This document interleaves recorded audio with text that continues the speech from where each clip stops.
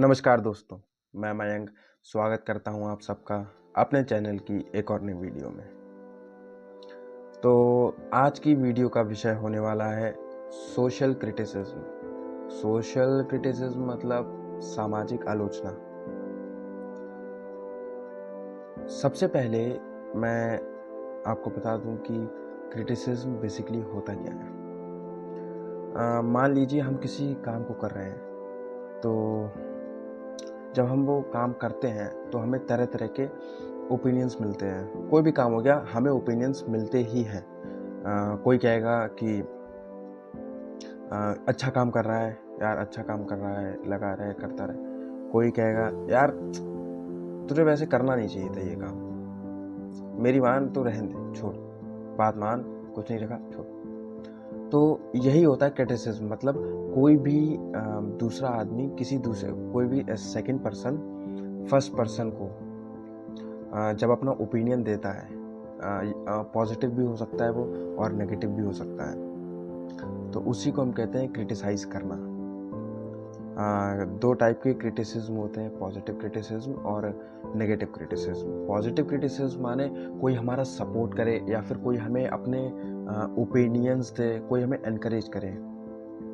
और negative criticism वो होते हैं जब कोई हमें पुल बैक करे या फिर क्या कहते हैं, हमें मतलब एक तरह से डिमोरलाइज करे, डिमोटिवेट करे, है ना। जैसे कि अरे नहीं यार भाई, नहीं होगा, बात मान, छोड़ दे। या फिर अरे तेरे को तो नहीं करना चाहिए था ये, वैसे तूने यार जो करा ठीक नहीं करा। तो यही यही जो होता है वो पॉजिटिव और नेगेटिव क्रिटिसिज्म होते हैं। फिलहाल जो मेरा जो मेन जो फोकस रहेगा वो रहेगा नेगेटिव क्रिटिसिज्म की तरफ, क्योंकि सब जानते हैं, क्योंकि ऊपर चढ़ते हुए इंसान को कोई ऊपर की ओर बढ़ावा नहीं देता, हमेशा उसको नीचे की ओर ही खींचा जाता है। तो इसीलिए मैं नेगेटिव क्रिटिसिज्म के ऊपर ही बात करूंगा आज मेनली।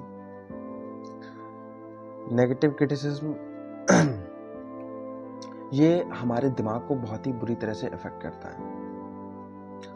हो सकता है कि जैसे मान लीजिए कि हम कोई काम कर रहे हैं और किसी ने, हम उस काम को, हमें पूरा भरोसा है कि यार हम ये काम कर रहे हैं, ये ठीक रहेगा, मेरे लिए ठीक है।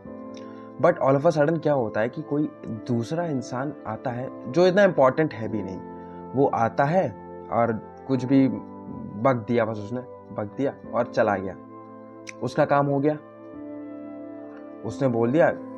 वो उसकी इंटेंशन ही यही थी कि मैं तो नहीं कर रहा भाई कुछ, मैं तो खाली बैठा हूं। ये बंदा कुछ कर रहा है, ठीक है, कुछ ना कुछ कर रहा है, छोटे से छोटा, बड़े से बड़ा, कुछ भी कर रहा है, एटलीस्ट कर तो रहा है। मैं खाली बैठा हूं और ये मुझसे देखा नहीं जा रहा।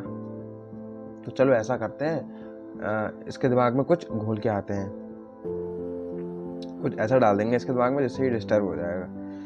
तो कुछ लोगों का काम ही यही होता है।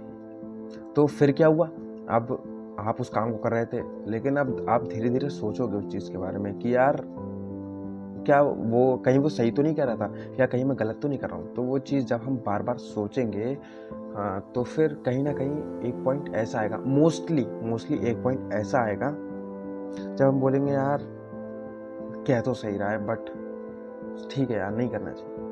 तो क्या हुआ, हम जो काम कर रहे थे, हो सकता है कि आगे हम उसमें जाके सक्सीड हो जाए, या उससे कोई हमारा फ़ायदा हो जाए, कुछ भी हो या हमें अंदर की खुद की खुशी मिलती, लेकिन नहीं, हम उस काम को अब नहीं कर रहे हैं। अब वो काम छोड़ दिया हमने, किसके कहने पे, किसी एक ऐसे आदमी के कहने पे जो इतना इम्पोर्टेंट है भी नहीं। पर हमें क्या करना है, मैं आपको बताता हूँ। देखिए, सबसे पहले मैं आपको ये बता दूँ कि ये जो मैंने चैनल जो बनाए हैं, मुझे इतनी नॉलेज नहीं है, ना तो मैं कोई फिलोसोफर हूँ, ना ही कोई राइटर हूँ, ना ही कोई किसी भी प्रकार का इन्फ्लुएंसर हूँ। हो सकता है मुझसे गलतियाँ हूँ, मैं बस वही चीज़ें बताता हूँ जो चीज़ें मुझे लगता है कि ऐसा होना चाहिए।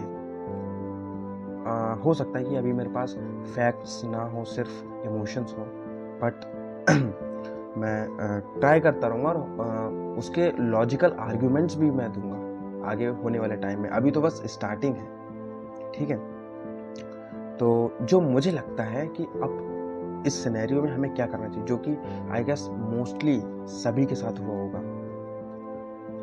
हमको हो सकता है, नहीं मैं ज़रूरी ये नहीं कह रहा कि जो जिसने भी हमसे ये सब कहा वो गलत ही हो, वो ठीक भी हो सकता है कि उसे हमसे ज़्यादा पता हो, लेकिन हमें क्या करना है, हमें बारीकी से देखिए जब भी हम कोई काम किसी हरी में करते हैं, जल्दी में करते हैं, तो उसके 99% चांसेस होते हैं कि वो काम फेल हो जाए या वो काम उतनी एफिशिएंसी से ना हो जितना वो पहले हुआ करता था। हमें क्या करना है, सबसे पहले उस काम को देखना है, मतलब इंट्रोस्पेक्ट करना है। इंट्रोस्पेक्ट मतलब हमें बारीकी से ध्यान करना है कि क्या एक्चुअली में ये ठीक कह रहा है या नहीं। हमें जो भी वो हम काम कर रहे हैं उसके फ्लॉज जानने हैं, और मतलब इससे क्या हमारा फ़ायदा हो सकता है और नुकसान क्या है।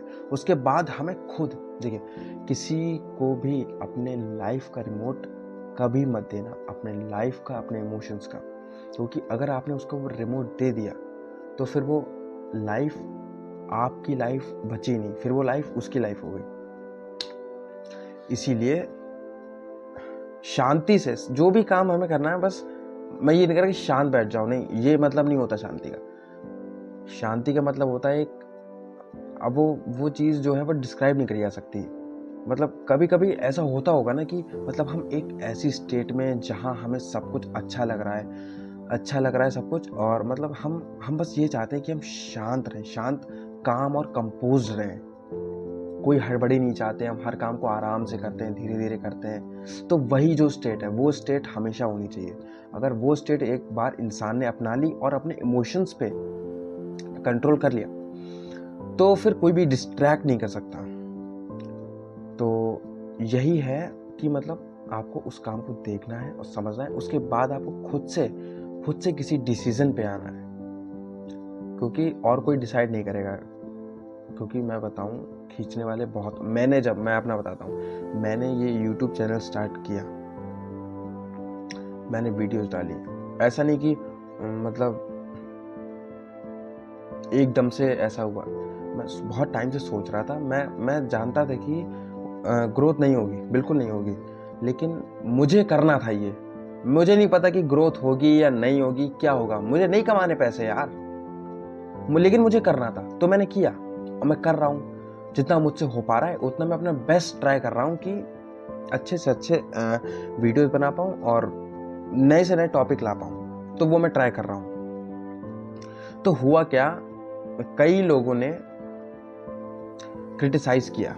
देखो, पॉजिटिव तो कोई करता नहीं है, नेगेटिव ही मिला कि अबे क्या कर रहा है, पढ़ाई कर। मैं जानता हूँ कि ठीक कह रहा है वो, पढ़ाई कर, लेकिन अब सिर्फ पढ़ाई से भी नहीं होता ना।